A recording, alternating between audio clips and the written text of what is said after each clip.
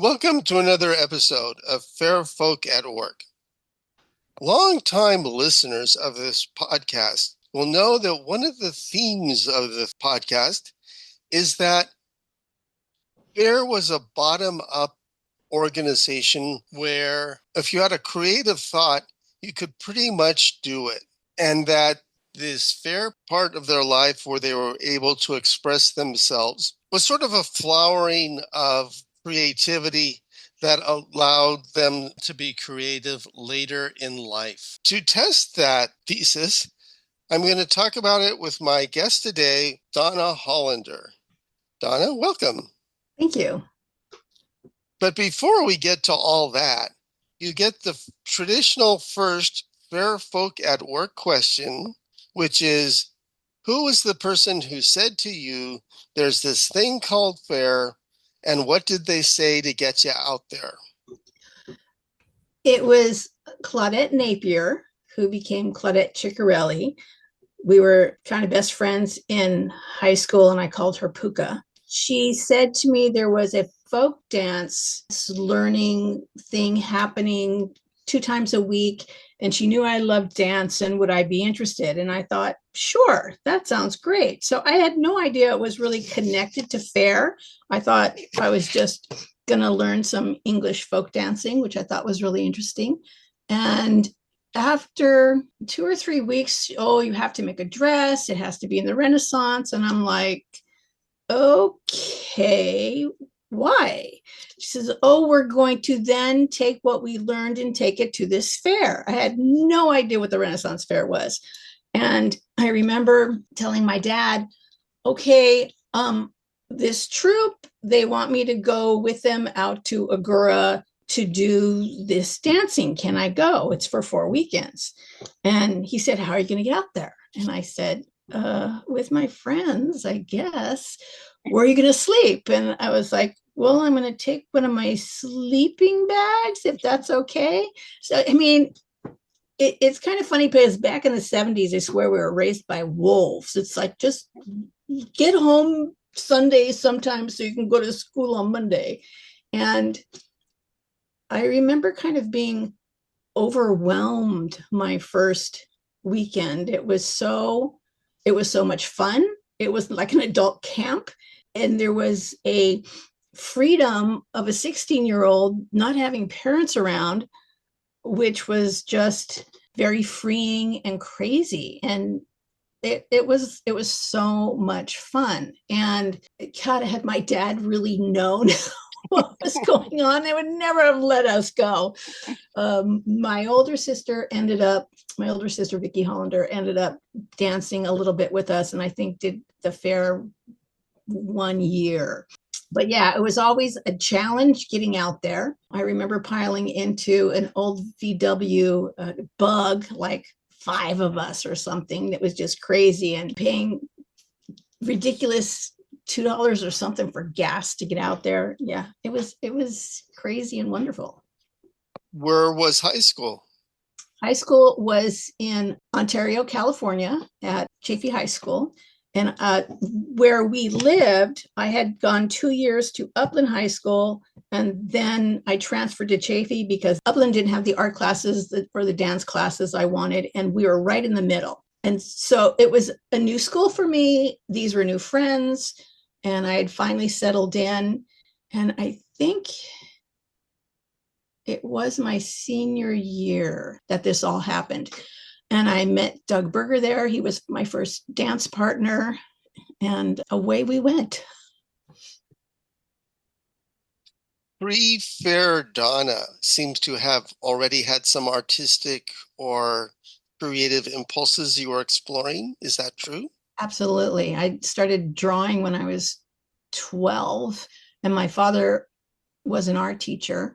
And I tried to get him to teach me art, but he never really did or would. And I started taking ceramics classes, and it was like a fish to water. Once I started doing well in ceramics, he actually started buying my clay. And my last year of high school, I graduated early and spent 3 months going to school with him. And he actually then taught me to draw, to paint, to make jewelry and different things. And he was my first really good art teacher. Where did he teach? He taught at Nogales High School in La Puente. And did your mom have any early influences on art, or was she on the sidelines cheering So you my on? mother was a PE teacher and a radical, kind of a radical feminist, but so was my dad. My dad, for his time, was very much a radical feminist. You know, whatever she wants, she can do. I don't care. I'll support her 100%. And mom had a similar kind of feeling? Oh yeah, my mother fought for women's equal pay as a tennis coach in the 70s and won. And my mom was a force of nature, but she didn't understand art at all. It was just your thing and your dad's My thing, kind of dad's thing. thing. The Hmm. thing my parents had together is they loved to fish. Is that how they met? No, they met at a New Year's party or something back when they were 22 and 23. You talk about being overwhelmed at Faire from the beginning. What were your sort of first feelings and impressions walking out at Agora? And I think probably a lot of people felt that way. It was magical. It was so open, and it was a different kind of forest. I mean, we used to go camping when I was a kid up in Northern California when it's all pines. This was all oaks. There still is something just magical about oak trees and being in an oak glen. And everyone was so welcoming and excited to be there. And the artists there, I was always so impressed with the artists there. The committee that picked the artist, it was all top of the line art. And that was so impressive to me at that early age, because I was just really starting to understand the fluidity of ceramics and how to do it. And I really looked up to a lot of the artists who were there, and I didn't have a nexus of how I could do what they were doing, but it was always kind of in the back of my mind. It's like, there's got to be a way I can do this. partake of this? Yeah. Yeah. Yeah.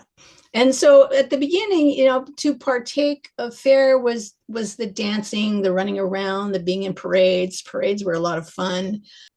Laughing, so much laughing. Do you remember any specific names of artists and what you individually said, oh, I like that in that person? I have a terrible memory for names and for artists. And at one point, I think I had actually kept a list, which God knows whatever happened to that. And there was one ceramic artist who, for the life of me, I cannot remember his name, but I met him many years later and wanted to work with him, but I needed to get paid, and he already had somebody working with him who was doing it for free. So it was like, oh no, I can't do that. But mostly it was just being impressed with, I was running around so much, and I'm somewhat more introvert than extrovert. I think about it now.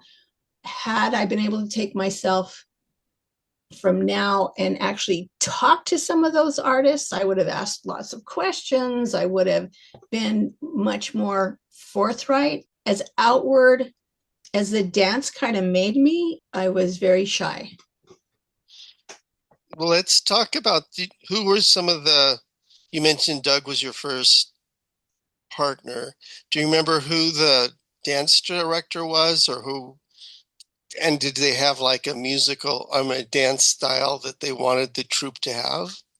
Oh, it was Richard Chase. Richard Chase was a crafty old guy. And it was interesting because Doug was really close to him. He always kind of scared me a little bit. And there was nothing really scary about him, but he just knew so much. And he had such vision, which Doug really took on later. And I only danced, I think, with them for 2 years, because on my second year in college, So I think I went for 2 or 3 years to Faire, and then I stopped going because I didn't have a way there. I didn't have a car. I didn't get a car until like 79 is when I went back to Faire. And when I went back to Faire, it was because two girlfriends of mine were going, and it was funny. We all knew each other, but we didn't know we all knew each other. So Darlene Langlois said, "Yeah, I have this friend in one of my dance classes, and we're going to do this." And I had a friend in art who was a printmaker, Karen Ambellin, and she goes, "Yeah, I have this friend in dance, and we're going to do this." And then we all met up, and it's like, well, we all knew each other. And so we went to Faire, and by then I was not with the dance team anymore. So it was like, at first, there was going to be this Venus show, and it was going to be dancers up on stage, supposedly naked and diaphanous stuff. And then they decided we couldn't be naked, and they put us in beige colored tights and tops, and it was going to be hotter than hell. And that didn't work either. And I don't even remember who was a choreographer, but he just finally left. And so then we had nothing. And so I was like, I'm gonna go work for the washing well, I guess. And so I did that. I actually got into being a washerwoman, and I think I did that 2 or 3 weeks that Faire. That was 1970, 77 actually. And I didn't have a car. I don't remember how I got there, but we got there. It was like 77. So I did that for a couple of weeks. Then Darlene came up to me and she goes, "And we weren't getting paid. I was getting food tickets, and the food tickets were barely enough to really feed me." And Darlene came up to me one day and she goes, "Well, I met this boy, and they own the fruit ice booth. They need somebody to come and work, and they'll pay you and feed you." And I was like, "Oh, I'm not being a washerwoman anymore." So I went to work for the fruit ice booth. And the fruit ice booth was owned by Susie Cooksey, and her son, John Cooksey, was running it.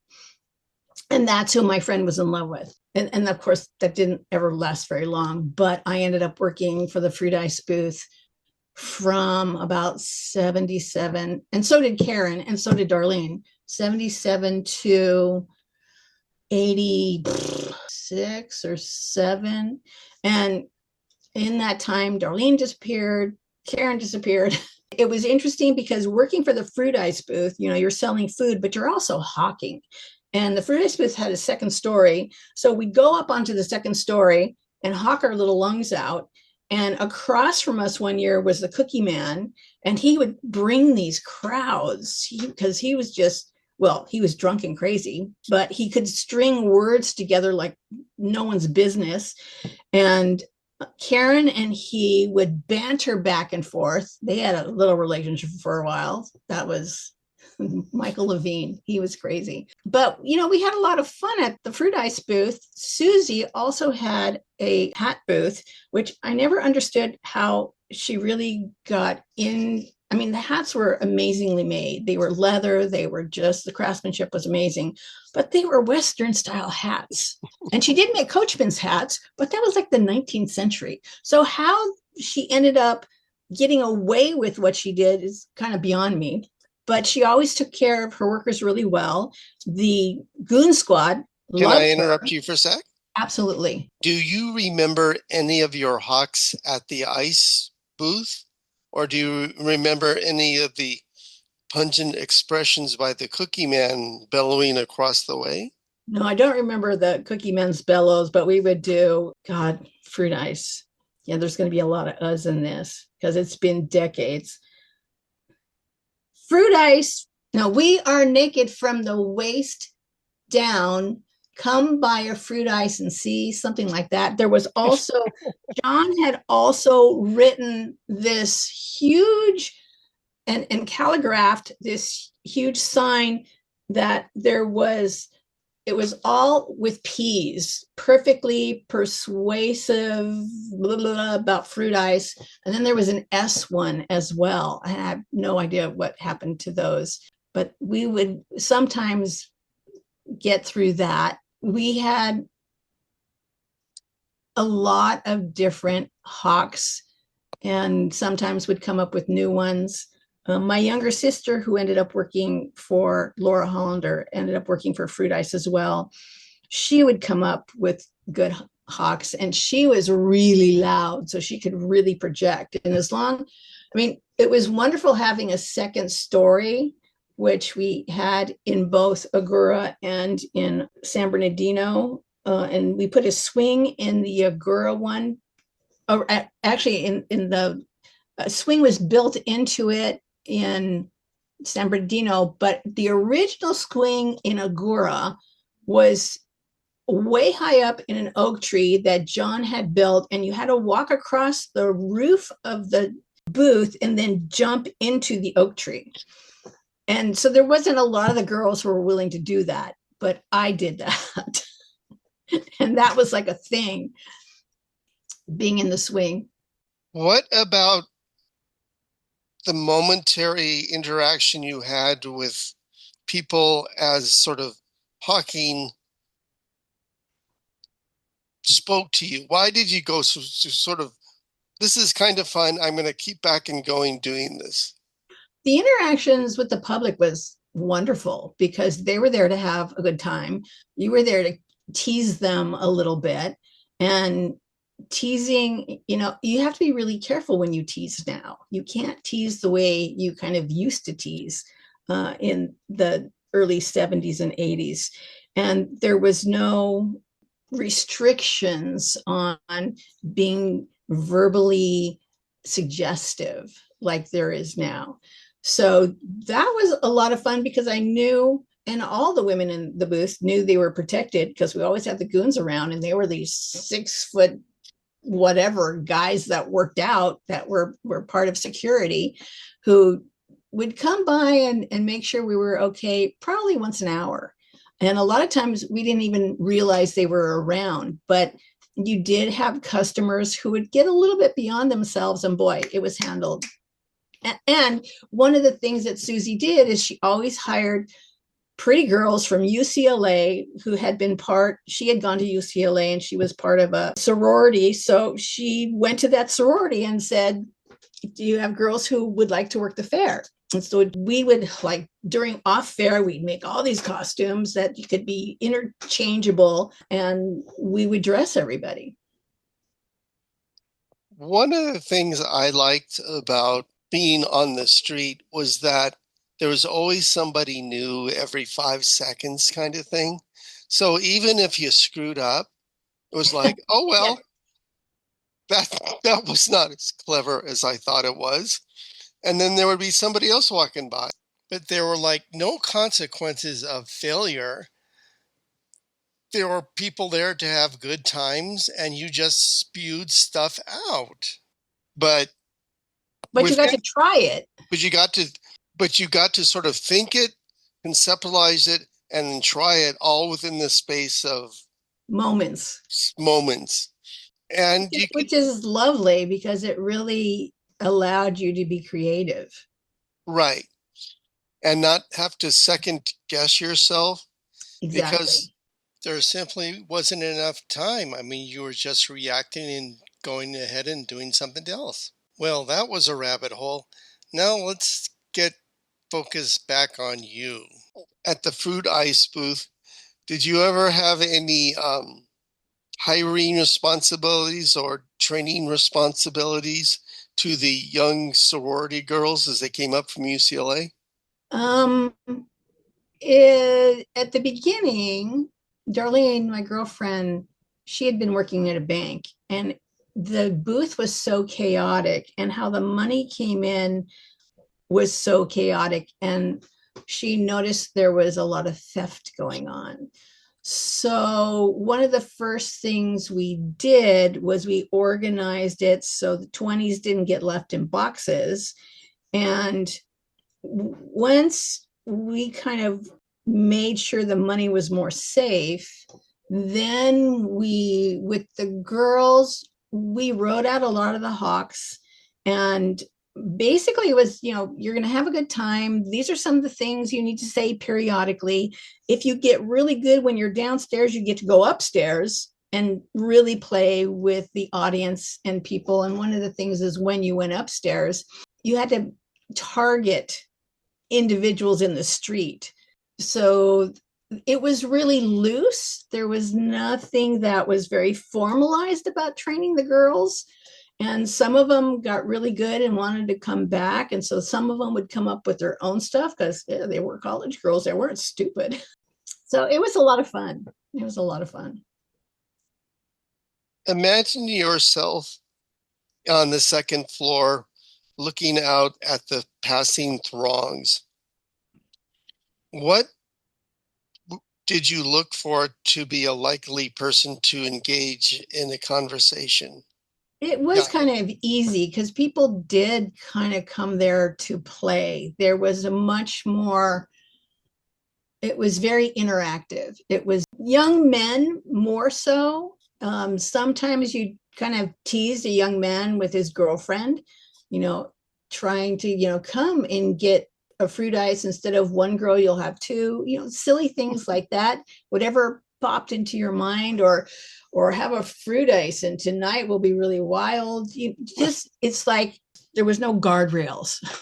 Let me turn that around and say, what would be a characteristic of somebody you wouldn't necessarily play with? Was there a do not disturb sign that you could detect on certain people?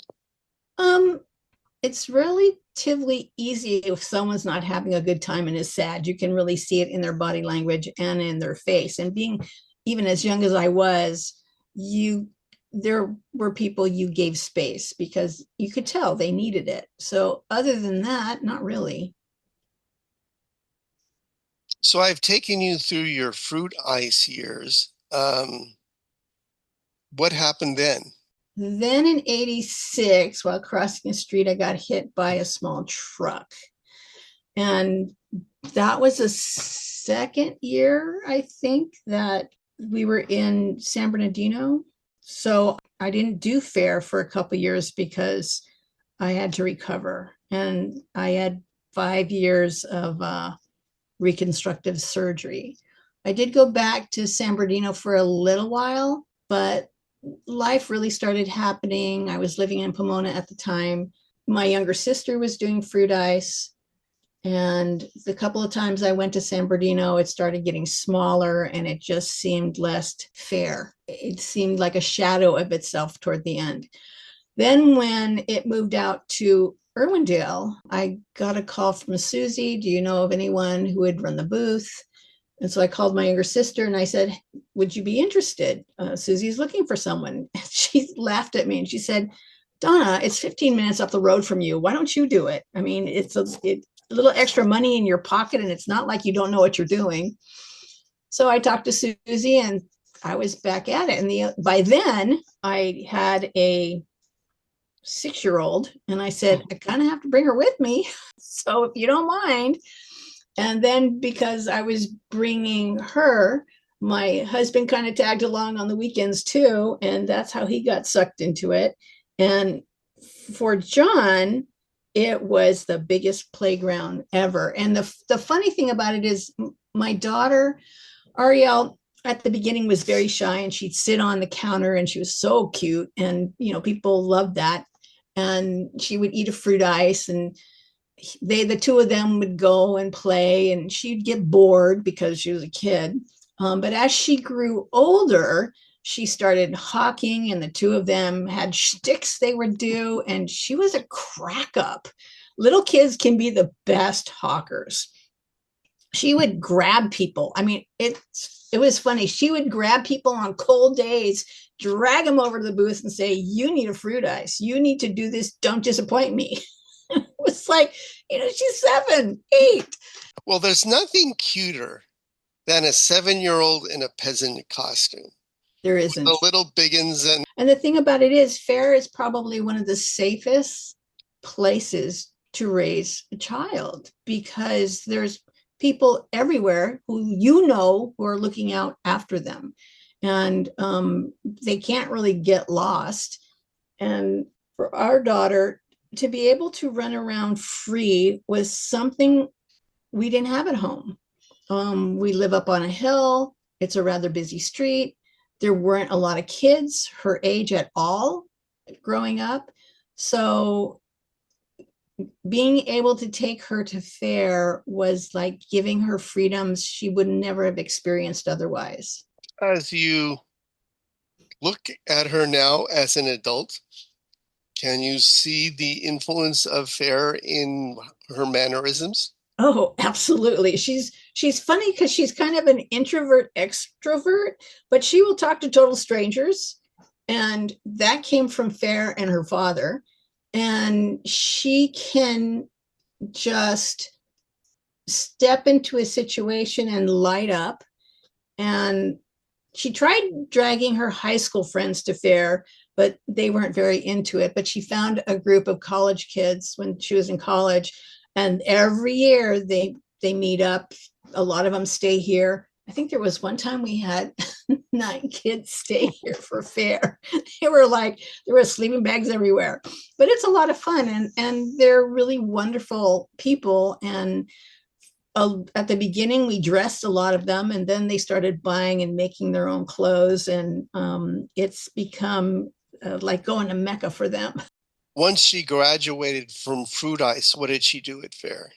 When Susie quit Fruit Ice in 2008, in 2009, Karen and Belen, who we've remained friends since college, we proposed to do a booth together. And originally we were told no. And I happened to be at Faire before Faire started, and Michelle Amsbury said, Donna, I always liked your work. I think you should have been here. I have an opening as a guest artist first weekend. Will you fill it? And I was like, okay. My husband and I kind of put a booth together to sell my mosaics because I had started doing mosaics by then. And that was how we ended up being back at Faire. So the first year back at Faire was, I think it was 2008. And we had 2 weekends in a guest booth. And then on a Wednesday, Michelle said to me, I might have a spot for you, but I won't know until Friday, and you're going to have to build the booth Friday. I was like, what? We had been in the middle of the Faire. They put us all the way in the back, which monetarily was really horrible, but we had a spot. And so John was working full time at that time. And he says to me, you're going to go to Home Depot. This is what you're going to buy. So I bought all the stuff, stuck it in my Volvo station wagon. He got home at 6. He started painting things and putting things together. We took Ariel and her friend who was going with her, Mahea Magoti. At 9 o'clock at night, we're setting up a booth. It took like an hour and a half or something. And the next morning, really early, we put everything in the station wagon and took it and set up. And that we had a booth. It was crazy. And it's so different because building a booth then and building a booth now are worlds apart. And because it's at the Santa Fe Dam, which is very regulated, they finally, like 2 years ago, it's like, if you're going to have a tent, it has to be this kind of specific thing, because people have gotten so litigious and afraid. And it's like, okay, who are you going to blame for this? Our booth then was put together. I mean, the first couple booths that John built were really strong and could withstand a lot of wind because he built it like a boat. But then when in about 2011, I decided not to do Faire because I wasn't making enough money. And then friends of ours said, well, you can come and hang out at our booth. So that year we didn't have a booth. We just hung out. Then I got Karen to do Faire because Michelle had asked Karen to come and be a guest artist. And then she said, I want you here full time. And Karen says, the only way I'm going to do this full time is if Donna can help me, because I have other shows I might have to do. And Karen does beautiful dichroic glass jewelry. And I had started putting her rejected glass in my mosaic. So it's very sparkly. We were sparkly stuff. And Karen said, I'm not going to do this without Donna, and Donna's going to want to put in her artwork. So we kind of put me in a wall that we put up. So it went from mostly her booth to an our booth. And it was over time, and it was higgledy piggled together for the longest time. Then we finally built a booth out of a carport, but made it a whole lot stronger than a carport. And then we were told, no, you can't do it like this. This was 2 years ago. You have to buy a booth from a manufacturer who can be responsible if anything happens. And so Karen put up a ton of money so that we did that. And that's the booth we have now. So there's a lot of politics in that end of it.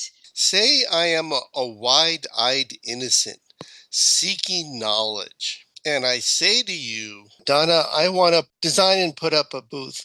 What are some important components that I should think of? Unless you're going to build a wooden booth that has a structure that an architect will tell you, yes, this is going to stand for 3 months, you're going to have to get this kind of tent. And these are the places you can go to get it.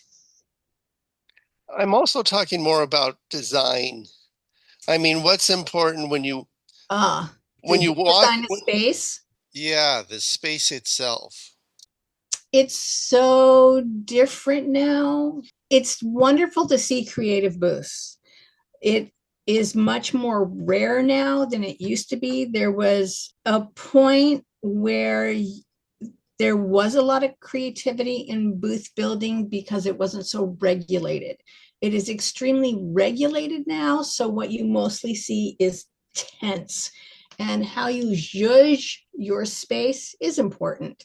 So if somebody was coming in new, I would say to them, go around, look at the booths, be aware of what they all have in common, because you're going to need to replicate the commonality of that. But then look at what makes them interesting. Look at what draws people in. There's a booth that sells teas and coffees and stuff, and it has these wonderful old chairs that it sets out in the front that look like they're made of moss, and just interesting little things. And so you need to take your creativity and use it in a much different way than what was done in the past. Can you think of some creative booths in the past? There was a woman, and this was just actually a couple of years ago. She was an illustrator, and she got old doors and she got pieces of wood, and she made her booth kind of look like it was in a witch's wildwood. It was very creative and whimsical, but she can't do that now. And I haven't seen her back at Faire in a while anyway. What creative, whimsical ideas have you had for your booth that you've either said, nope, that won't work, or you said, that's a really cool idea. I really should try that one day? When we first started making our booth, to hang my mosaics, we have a mulberry tree out front, and we had cut a lot of the long sticks. I lashed them together that I could hang from the booth and then hang my artwork on it. And those were very whimsical. Unfortunately, the material I used was very bug eaten after, I think it was 2 or 3 years. And I was told they weren't stable enough and I couldn't use them. And so we went from that kind of whimsy to something much more substantial. And now John built from open wire mesh, I think it's 4-inch wire mesh originally, to make walls that stood and became part of the booth. It's just gone through different iterations, and the whimsy is not really there. We sort of talked all around this, but if you have been perceptively listening, you would have gathered by now that Donna sells mosaics. Talk to me Why mosaics? And just basically talk to me about your art that you sell out at Faire. Um, when I was younger, I started in making pottery, and I was a production potter for a while when I was in college. And the wonderful thing and the difficult thing about pottery is it has stages. You need either gas or electricity to do what you're going to do. You need a real studio. And I never had the funds to kind of have a real studio. Then when I quit college for a while. When I went back, I started carving stone. Stone is really heavy. Stone is not something you just lug around. After the accident, I did stone for a little while after that. But when John and I got married, I was working in the mannequin industry, which was visual merchandising. So making a lot of store design stuff. When Warner Brothers had their stores and all those big, Daffy Ducks and stuff, I made those. And they sent them out to get dressed, this is what they called it, by other artists. But the original forms for Bugs Bunny, Daffy Duck, the 6 foot tall Tasmanian Devil, I did those. I also did mannequins. And after we got married, oh, I remember how I started mosaics.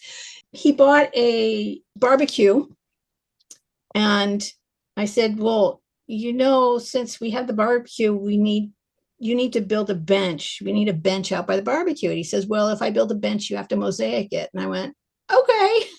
So I didn't know what I was doing, but I'm an artist. It's material. You figure it out. So we did. And we have this beautiful mosaic bench that's been back there since 2001, and a pond.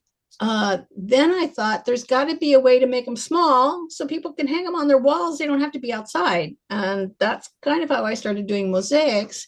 I am the type of artist I can draw, I can paint, I can sculpt. I don't have a favorite. It's all material. It's all what is it that you see. And because I was also using Karen's dichroic glass, I started making iconic images because the glass is so overwhelming. In a regular mosaic, you have to be very careful how you use it, or it wants to be the star. It's going to take over. So the iconic images was a place where I could just kind of let it be its star. But then I also started doing much more complicated images. And the thing I'm working on now are cats, which last year sold a lot. So I need to really make more this year because there's a lot of cat ladies out there. So for many years, you were working and eventually running a ice booth, and Yes. now you are running and owning a mosaic booth. Karen really owns the booth, and we kind of split it. So it's her dichroic jewelry and my mosaic. It's a partnership. Were you then or now ever the one responsible for hiring somebody out at Faire? At the fruit ice booth, Susie always handled the hirings. So I didn't have to do that. And at our booth, it's just Karen and I. And her husband and my husband put it up and take it down. And John comes out and plays. When you look out at Faire now at booths other than yours, what are some of your favorites and why? Gary Hall, who was the wand maker, his son Garrison now has taken over wands. His booth and the wands that he does makes kids really happy. And there's always a ton of people in his booth, and it looks like something out of Arabian Nights, actually, with all the draping and stuff. But it also has that magician, magical feel about it. So that's always like a sweet booth. I don't get out much being in a booth. John gets out all the time, and he's always, you got to come with me. You got to come with me. But when you run a booth and there's only two of you and you have kind of separate sides, it's not something you go out and do a lot. When somebody comes to your booth, what is your favorite interaction that you have with a customer? I have some really large mosaics that I did of famous women. The series I did was called Mothers to Humanity. And a lot of times I'll put up the Maya Angelou I have done, and she looks like a Madonna. But it also has all of her accolades of what she's known for, writing and music and dance and all that stuff. And when people come in and we are able to talk about Maya Angelou, or there's times I also put in Josephine Baker and talk about history and about art, and it just kind of blooms. It's a place to kind of talk about a lot of different things. And sometimes I'm surprised when people come in and they're not sure who it is. It's like, these are famous women. It's like, what do you mean you're not sure who that is? So those are always interesting interactions. There's also other interactions where it's, how do you do this? Which is interesting. I had one interaction that was rather unfortunate once. It was my first year was 2009 with a real booth, and Chaka Khan came into the booth and she was smoking. And I had just gotten up from a nap, so I was not in a really good mood. And she's standing underneath. I had taken pictures of some of my mosaics and turned them into silk scarves. And Mhm. she's standing under a silk scarf smoking a cigarette. And I looked at her and she was saying to whoever she was with, "Oh, I could take my old jewelry and take it apart and do this. It can't be that hard." I was like, okay, could you please not stand in my booth smoking a cigarette? Because that could just like go up in flames in no time. Oh, I'm so sorry. And she walked out. And I didn't know who she was. And I was like somewhat groggy. And there was these two really young girls in costume. And they looked at me and they said, "You kicked Chaka Khan out of your booth." And I was like, okay, I'm okay with that. She was smoking in my booth. That's not okay. That was one of the more interesting, unusual interactions. A brush with fame. Yeah. Do you get any more sort of positive educational experiences showing your work out at Faire? Yes, there's a lot of people who are very appreciative. It's not the kind of work I do, you don't see often. So it's surprising sometimes to people.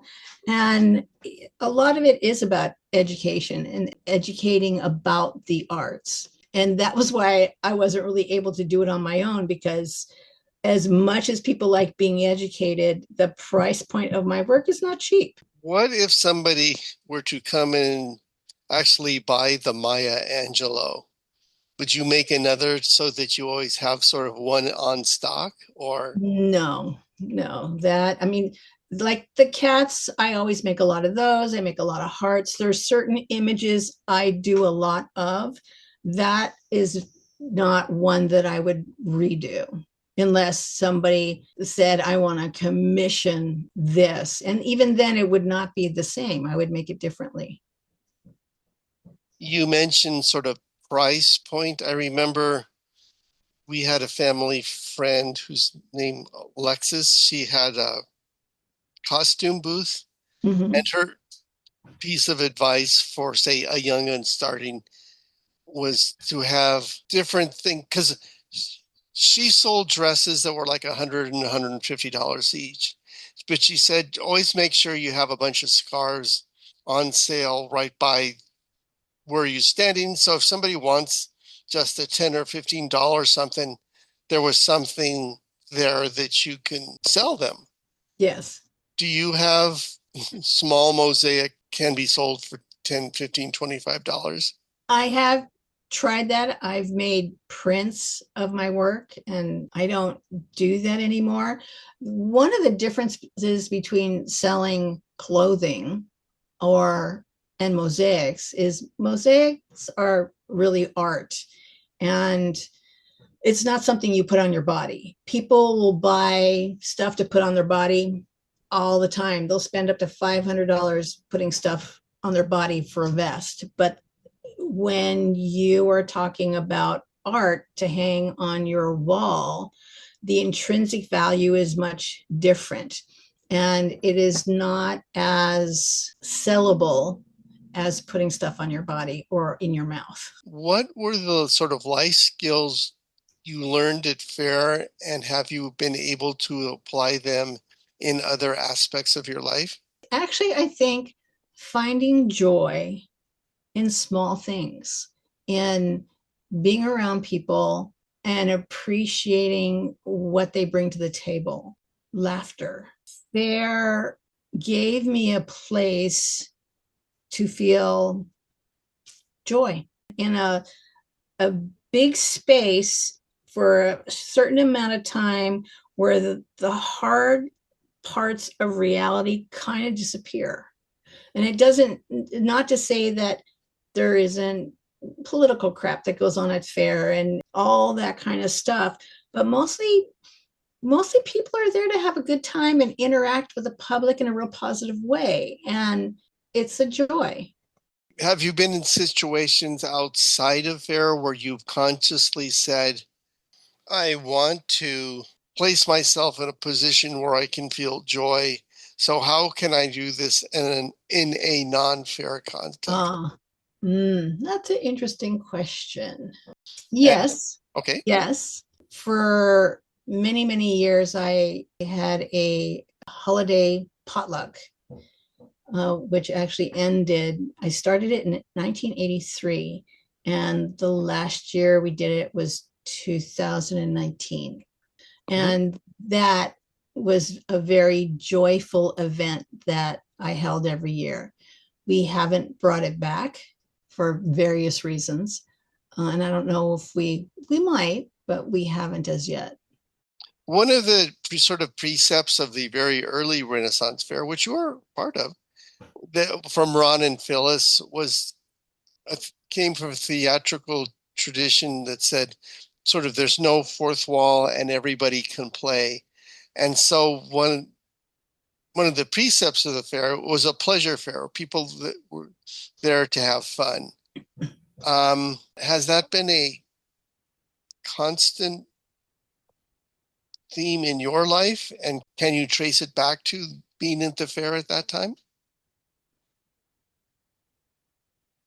I think because I was like 16, 17 when I started doing Faire, and it was so just a part of Faire, trying to be in life in joy was something I always strived for. Mm-hmm. And finding those kinds of people you feel comfortable around and can kind of play with, that kind of came from that, I think. And I don't think it was conscious. I think it was a real kind of unconscious, well, this feels like the right comfortable way to be. Does that make sense? It does. But let me try it another way. Okay. As sort of a counterfactual. Imagine a world without a Renaissance fair. How do you think your life would have turned out? Not as fun. Not as fun. And there's just this play. When you grow up, so many people stop playing. And Faire was a place, and still is a place, you can play. And I love still doing it because my husband goes out there, and we're both very much hermits. As being an artist, being a designer, you don't need a lot of people around you for most of the year. And it is still a place to go and play and talk to people. We don't socialize a whole lot. I can be in my studio for weeks on end and not see other people. And it's like, oh, God, do I even know how to react to people anymore? We're very hermit-ish. Well, I'm kind of running out of words to say. When you were kind enough to do this interview, did you have the thought, oh, I have to remember to talk about so and so and or such and such. So this is your chance to mention things that we haven't covered. Hmm. The time that there was that Santa Barbara Fair, which was, I think, only 3 years. I think we went Right. once. That was a very magical fair as well. And I think it's really hard to create a space of fair that was like Agora. The oaks, in and of themselves, have such a presence, and it will always, for me, be part of the magic of the Agora Fair. Finding that kind of space is in Southern California almost impossible. And you can make almost any space into a fair, but whether it has that magical element of the ancient feeling of an oak, that's special. Well, if that isn't an ending statement, I don't know what is. So I think on that note, I will draw this episode of Fair Folk at Work to a conclusion. Thank you very much, Donna. I had a lot of fun. Thank you, Dan. That was my November 2024 interview with Donna Hollander. I'm your host, Dan McLaughlin, and thanks for listening to another episode of Fair Folk at Work. If you have questions or comments you'd like me to pass along to Donna, you can email me them at djng@earthlink.net. Questions or comments for me, or if you or someone you know would like to be a guest on Fair Folk at Work, you can email me at djng@earthlink.net. But that's it for this time. Thanks for listening. Bye bye.